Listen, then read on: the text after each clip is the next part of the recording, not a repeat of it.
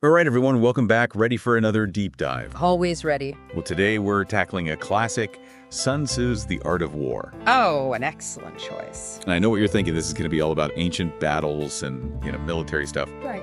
But stick with us. We're going to show you how this 2,500-year-old text can help you win. Not on a battlefield. No. But in everyday life. Exactly, yeah. The brilliance of The Art of War is that it really goes beyond its original context. Right. Sun Tzu, who was a Chinese general strategist, wrote it to guide military leaders, but the principles have been applied in all sorts of fields, from business to politics, personal development, you name it. So give us the historical rundown. When was it written and what were the main takeaways? So we believe it was written during the second half of the Zhou dynasty in ancient China. Okay. Putting it somewhere between 771 and 226 BCE. Now, it essentially is a manual for achieving victory in warfare, but it's so much more than just tactics, right? The book itself is divided into 13 chapters, each focusing on a different aspect. Oh, interesting. From laying plans, assessing the terrain, utilizing spies, and managing resources. All of it. So it's basically a comprehensive guide to strategy. Yeah. Not just for the battlefield. For anyone facing a challenge. Yeah. Exactly. Yeah, I like that. And, one of the most famous principles from The Art of War is the idea of, knowing yourself and your enemy. Absolutely. That's a core principle, yeah. You know that famous quote, know thyself? No, sorry. Know yourself and know your enemy, and in 100 battles you will never be defeated. Right. That's the one. But what does that mean in our lives today? Yeah, it boils down to self-awareness, right? Understanding yourself, your strengths, and really being brutally honest about your weaknesses. Yeah. And at the same time, you need to know as much as you can about the other side. What are their motivations? What are their goals? What are they likely? What tactics will they use? The more you understand about both sides of the equation, the better chance you have to make strategic decisions. So it's not just about knowing your stuff, it's also knowing, I guess, who you're going up against. Exactly. Knowing the playing field, yeah. Okay. And I guess that brings us to another idea, strategic planning. Yes. Sun Tzu placed a huge emphasis on this. Right. And it boils down to assessing your resources, understanding the terrain, which metaphorically speaking could be your market, your industry, even your personal life, and then thinking ahead and anticipating any obstacles. It's kind of like when you're planning a big project. Yes. You wouldn't just jump in head first. No. You think about your budget, your timeline, and roadblocks, and then you make a plan to address those challenges. Precisely. And this is where another really interesting idea comes into play. Okay. Deception. Deception. Yeah. Now that sounds a bit sneaky. Well, it's not necessarily about being dishonest. Sun Tzu saw deception as a strategic tool, as a way to outmaneuver your opponent by shaping how they see things. Okay. So think of, for example, companies like Tesla.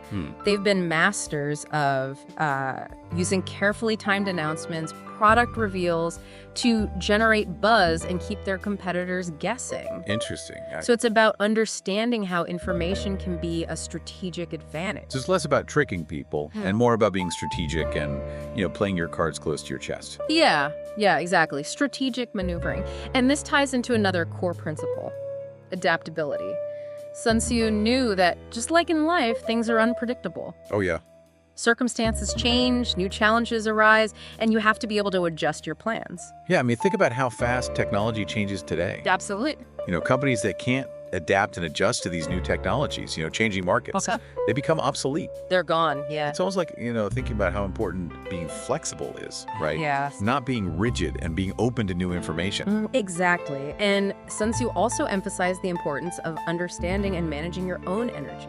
Okay. So he believed that a skilled leader knows how to conserve their energy, deploy resources effectively, and pick their battles carefully. Right. So it's about knowing when to push forward, when to hold back. Exactly. Like if you're working on a big project, you don't want to burn yourself out in the first week. Yeah. You got to pace yourself. Absolutely. You need to make sure you're using your energy wisely. Right. And all of this ties into another key concept, leadership. For Sun Tzu, a great leader inspires their team, makes smart decisions, and uses resources well. Okay. They know how to delegate, how to motivate people, how to create a cohesive unit that can work towards a common goal. So, it sounds like Sun Tzu was really ahead of his time. Absolutely. I mean, not just in terms of military strategy, but things like leadership and teamwork. Yes, absolutely. And one final point I want to touch upon is speed and surprise. Sun Tzu believed that taking quick, decisive action could often be the difference between victory and defeat. Like seizing the opportunity. Exactly. A great example of this is the Battle of Marathon in 490 BC. Oh, yeah, I remember reading about that one. So despite being outnumbered by the Persians, the Athenian army launched a surprise attack, catching their enemy off guard and leading to a decisive victory. Yeah, it's amazing how one bold move can change everything, both on a historical battlefield and in everyday life. Yes. And that's the beauty of the art of war. It's timeless, written for warfare, but it applies to the challenges we face today. Right. Navigating careers, relationships, just trying to understand our complex world. Sun Tzu offers a framework for strategic thinking, making good decisions, and ultimately achieving goals. So, our deep dive today has shown us that the art of war isn't just some old military text. Yeah. It's a wealth of wisdom to help us in the modern world. Absolutely. It's about understanding ourselves, our environment, and making smart choices to be successful. Whatever that looks like for you. I think we've got a lot to think about.